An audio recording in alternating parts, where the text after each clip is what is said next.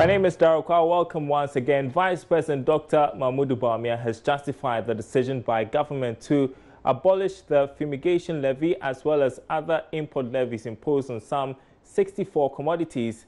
The fumigation levy, for instance, was expected to help the Ghana Health Service and Revenue Authority raise funds to support fumigation of shipping containers and other imported commodities before they get onto the Ghanaian market.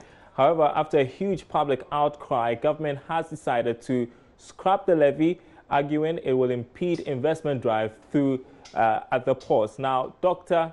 Bawumia stated this at the Maiden Youth Entrepreneurship Forum organized by the National Youth Authority in Accra. The abolition of the taxes was agreed upon after the economic management team engaged with stakeholders and the Ghana Revenue Authority to review the items on the harmonized system code. The tax had earlier been introduced to help the Ghana Health Service and other agencies to raise funds to carry out fumigation exercises on containers and imported items before they got onto the local market. However, following a huge public outcry, the government decided to scrap the levy, saying it will impede investment drive through the port. Haulage duty on spare parts and so on, but there were still issues to do with the cost of import. Just yesterday, after a meeting to understand what was really going on, thankfully the Commissioner General of the GRA, Mr. Kofinti, was very much a key player in this discussion. After discussion at the economic management team, we realized what was really going on, and we took quick steps to remove import VAT on over 1,000 items in 64 commodity groups. And this is going to help business. Dr. Bawumia was speaking at the Maiden Youth Entrepreneurship Forum organized by the National Youth Authority in Accra. Some youth groups who attended the program shared their thoughts on the issue. Well-timed forum. I think that the government seems to have a fair idea of the sort of challenges we face, and so we hope that through this forum we'll be able to find solutions to the problems that most young entrepreneurs face. I think the engagement so far has been very good. It is laudable, and I hope such will not be the first and last, because this is an opportunity to meet all the leaders or the CEOs at a forum like this to discuss our concerns and plights. We all know that entrepreneurship in this country is not easy. It's like being an entrepreneur in Africa or Ghana is like the biblical saying, you facing the Goliath. It has not been easy. For such an opportunity to be there, I think it's good for us. Are you satisfied with the answers given by the Vice President so far? Because you've asked him a question about NIP, and are you satisfied? I think I'm over-satisfied. I'm overwhelmingly satisfied by His Excellency, the Vice President of the Republic. Ebenezer Sabute's report for Joy Business. The Commissioner General of the Ghana Revenue Authority, Emmanuel Kofinti, is also dismissing suggestions that the decision to scrap the fumigation levy and other import levies will affect government's revenue target. The issue was that before long, and before we did the revision, the target was done on the assumption that those things were not counted in our targets. And so with the revision of the HS code, we're going to generate some revenue on those lines, which were not really projected for. So as to the impact on the revenue is not that much, because the HS code was only revised. But can we put figures to it? That one I won't be able to put figures to it immediately, because when you look at it for the last 4 years, we've not really collected revenue on them. It's now that, post the 2013 budget, it's now that after the revision of the HS code, we're going to get some issues. So I can't really put numbers to it.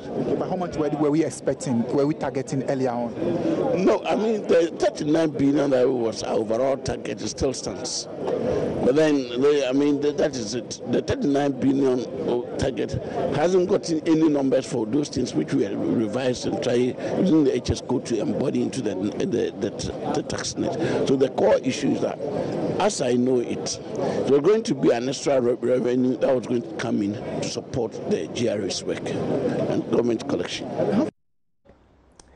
In other news tonight, the Peasant Farmers Association has lauded government's directive to scrap taxes on tractors for agric purposes. Speaking to Joy Business, the General Secretary for the Peasant Farmers Association, Charles Nyaba, said although the directive was welcomed, subsidizing the cost of fuel and tractor spare parts will be more effective in assisting smallholder farmers. Because of certain challenges, the farmers are vulnerable. They produce at a higher cost. They are unable to compete with imported products.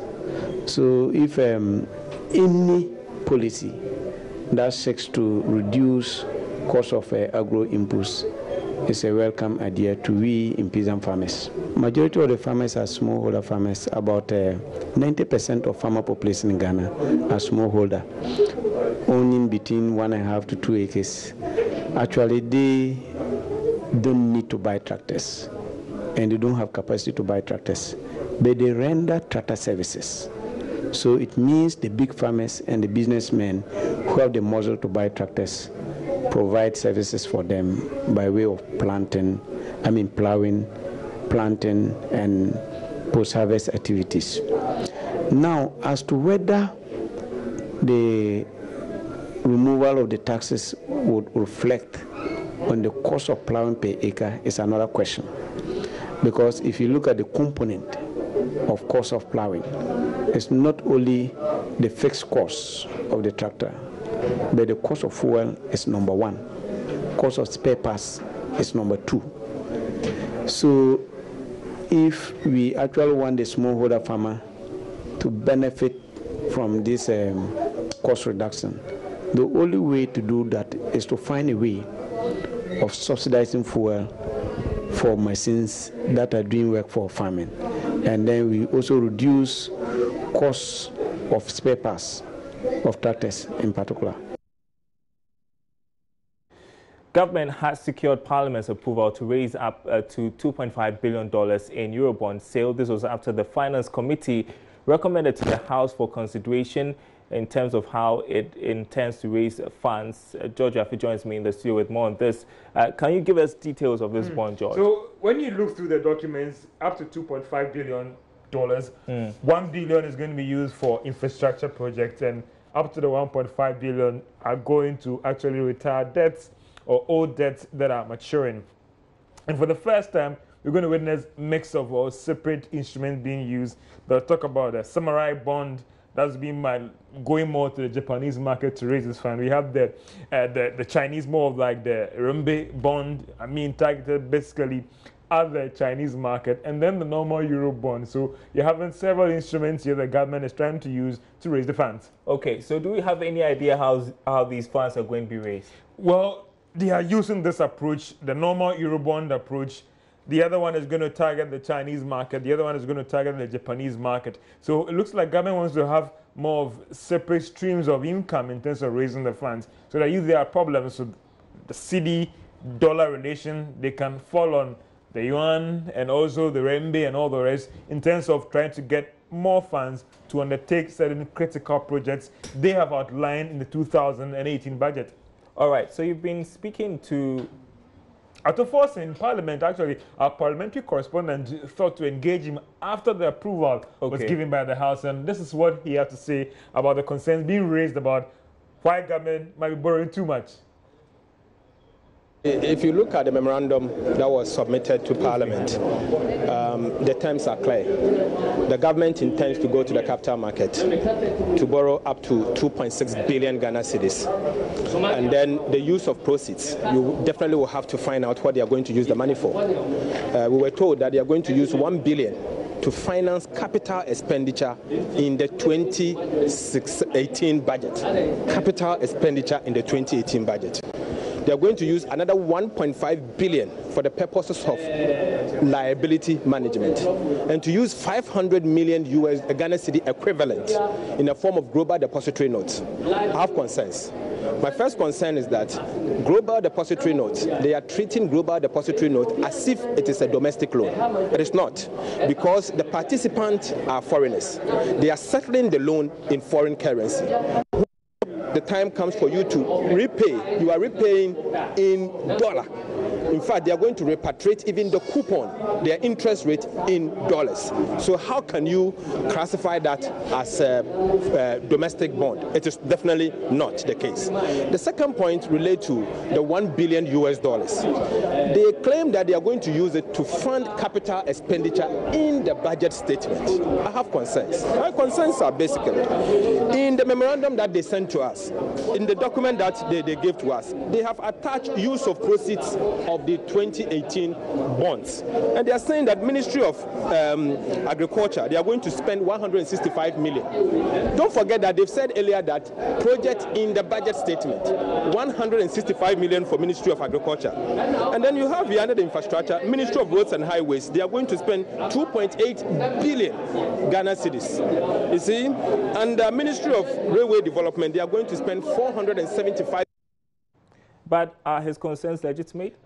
Obviously, doing such a fundraising exercise, you want to see how these funds are raised prudently, because, Darryl, we are not spending dollars, you're spending cedis. And if you're unable to stabilize your currency strongly and the time is due to repay, you have to go and look for more Ghana cedis to pay off a $100 bill. So obviously, everybody wants to ensure there's value for money. We are in this country when a Eurobond was done, they were supposed to use for infrastructure project, it went somewhere, the money got missing. So everybody wants to ensure that there is value for money. If you're going to use X amount for infrastructure project, tell us, let us have ways you can trace those funds and ensure that indeed those funds are going to X area. Remember those days when we went to HIPC, you can put up a KVIP and they write on it HIPC benefits. Maybe you should be doing Eurobond benefits for us to track. But just for those who are wondering, what are these funds going to be used for? So they are going to be used for certain critical projects outlined. These are capital projects. So certain road projects, certain government, talking about one district, one factory. Government should be able to provide what they call counterpart funding to these projects. So whilst government might contribute a little amount of money into it, the private sector person also bring in something. So that is where some of these monies are going, basically for road projects, for infrastructure projects, and other things that government wants to undertake that they have outlined in the 2018 budget. All right, George, I appreciate the update. Let's move on now. Unibank has abandoned plans to seek arbitration over the appointment of KPMG to manage the bank. This follows an initial disclosure to Reuters news agency that the bank is going this way to challenge the management takeover. Now, a lawyer for the bank, Dr. Dominic Ayene, revealed this when he spoke with George Yafe. Issue of arbitration cropped up when I granted an interview to Reuters and said that that is an option which is open to the bank. However, no decision has been taken regarding the challenge, of the decision of the Bank of Ghana by arbitration. So having a hindsight of that statement that was already out, as we speak right now, have you abandoned that position, or it is still on the table, or it's under consideration, or you are not going to contest the Bank of Ghana on the appointment of an administrator to take over the bank? Let me answer the question in this way. That was an option initially, contemplated, by the owner of the bank. But as we speak now, that option has been completely abandoned. In other words, there is no intention now, to take the matter before an arbitral body under the Alternative Dispute Resolution, Act. Why did you abandon the process? Do you think so that you didn't have an option, or there wasn't any case to be made there?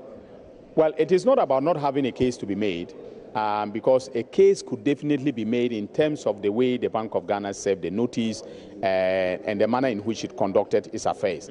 However, the meetings that were held with KPMG were very fruitful and mutually agreed, solutions have been found to the problems, proposed solutions have been agreed upon. And so there will be no need, rocking the boat in a manner that will bring about, some tension with respect to the administration of the bank for the 6 months that KPMG will be serving as the official administrator. So it was more of a...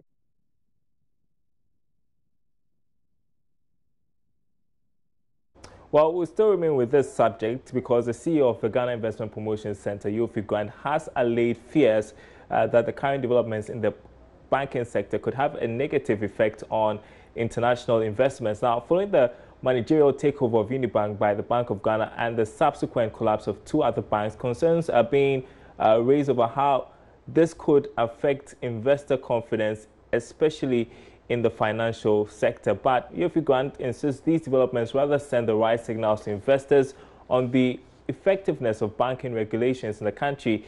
He was speaking to Joy Business after a breakfast meeting for CEOs organized by the GIPC. The thing is, as the president keeps saying, they want to create a business environment in Ghana such that any business that comes here, whether it's foreign or domestic, makes money. But there are rules and regulations, and you have to work within rules and regulations. If you're not very tight on the rules and regulations, you open a minefield because people come in and do all sorts of things. And for banking, it's particularly worrying because deposits are from people. You and I is working on the street, take our money to the bank. You want to make sure that they are safe, and that when we want our monies, we can get them. If there's anything that compromises the safety of that money, it's the duty and of the central bank to make sure they rectify it, to make sure that banks are compliant. So they don't feel worried, they have no concerns? Well, I do have concerns that it shouldn't happen in the first place.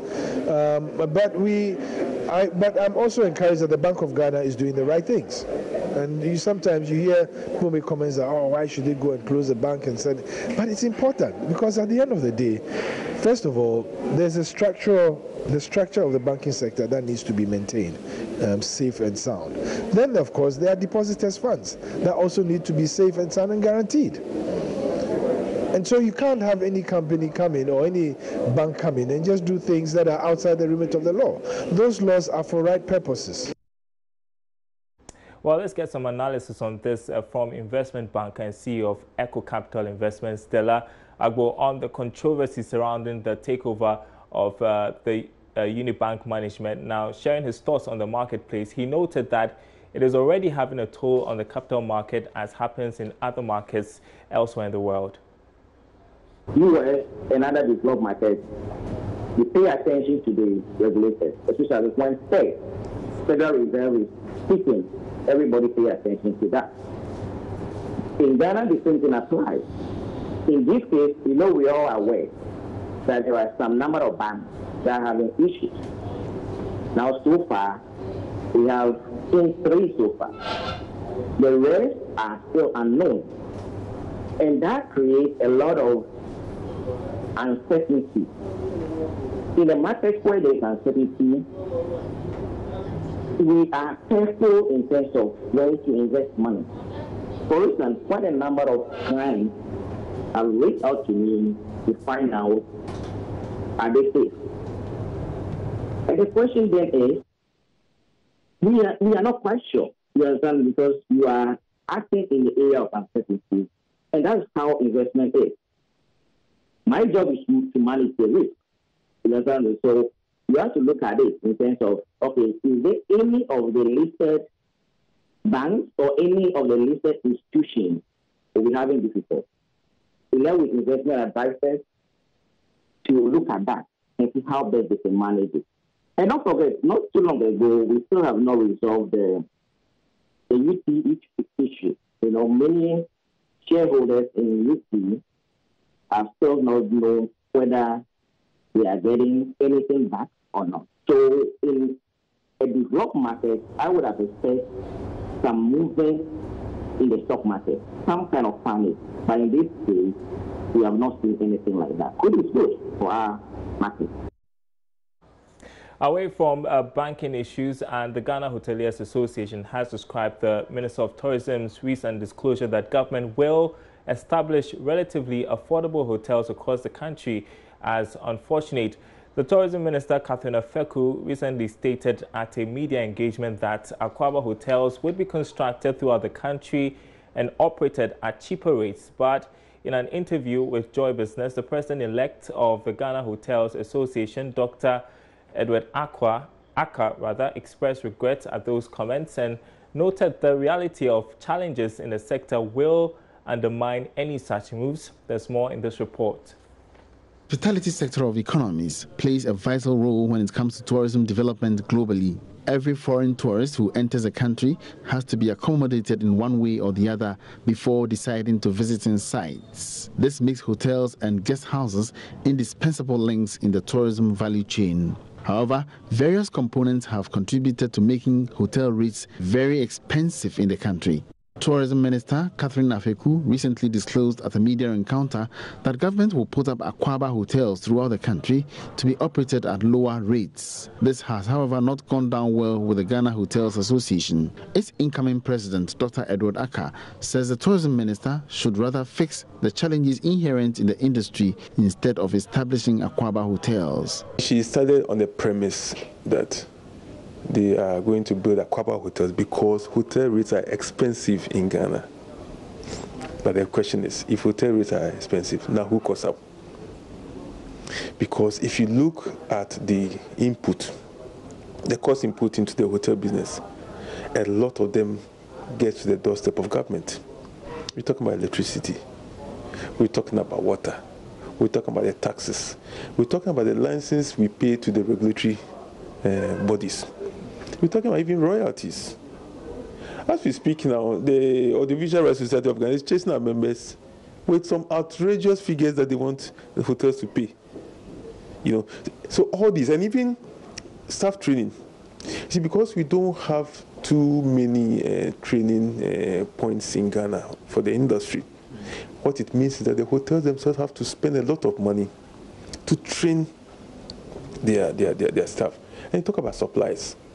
A lot of the supplies are from here or from outside. They are all expensive. So if these things are not addressed and the ministry wants to introduce Aquaba hotels, hoping that it will be cheaper, what I indicated was that it will be cheaper initially because you insist that it should be cheaper. But with time, the economics of the system will catch up with you, and you have no choice but to raise the rates. Dr. Aka is also advocating a percentage of the Tourism Development Fund be paid back to the Hotel Association to be able to strengthen its role in the tourism sector. The association plays a very important role in the development of the tourism industry because we are a very strong pillar within the tourism sector. We contribute over 80% of the 1% to the tourism fund. Now, this is the point. Our dues are voluntary. So some members pay, others don't pay. We cannot really do much apart from encouraging them to pay. But the 1% tourism levy is mandatory. We have no choice but to pay. So when you receive such monies, it's not okay to plow some back to us. So we strengthen the association, and then the nation benefits in the long run. At least they should give us some of that money to run the administration of the association. I'm not referring to only Ghana Hotels Association. There are about 23 trade associations under the Ghana Tourism Federation, which is GATOF. In all, there are over 2,500 hotels in Ghana, and out of this, just a third are members of the association. One of the major objectives of the incoming president will be to embark on a massive membership drive to rope in many more members into the association. We are turning now to our interview of the day, of course, centered on the latest developments in the banking sector. And Managing Director of the National Investment Bank, Dr. John Kweku Asamoah, is allaying fears that these developments I've been speaking to you about could have a negative impact on locally owned banks like the NIB. Following the management takeover of Unibank by the Bank of Ghana, there have been some unconfirmed claims that customers are withdrawing their monies from the NIB for fear that the bank would go the way of Unibank. But Dr. John Kweku Asamoah says NIB is in good standing with the central bank to transact all banking services. Government wants us to go back to our core mandate, being development banking, by helping a lot of Ghanaian businesses and growing a lot more businesses in the country. So that is what we are concentrating on, trying to get access to medium to long-term funds to be able to support government programs. Earlier on, the finance minister made us understand that there is going to be a possible merger of ADB and NIB. Well, the board chair came out to debunk these facts, saying there's nothing like this going to happen. Where then lie the balance? I mean, what exactly is the situation? Oh, you know, NIB is 95% owned by government, and that will be a government policy. So whichever direction government directs, we will go. So we should go in for that with the finance minister. I say the government is the biggest shareholder, 95% shareholder, and as a real government policy, whichever direction we are given, we will comply. All right. Following the recent developments in the banking industry, recently being that of Union Bank and of course the collapse of UTN Capital Bank, what remains the standing of NIB? Is the bank safe? Like our intimate said earlier, our main focus this year is to get to our capitalization of 400 million. And that's it for Business Live tonight. My name is Daryl Carl. Thanks for watching. I'll see you next time.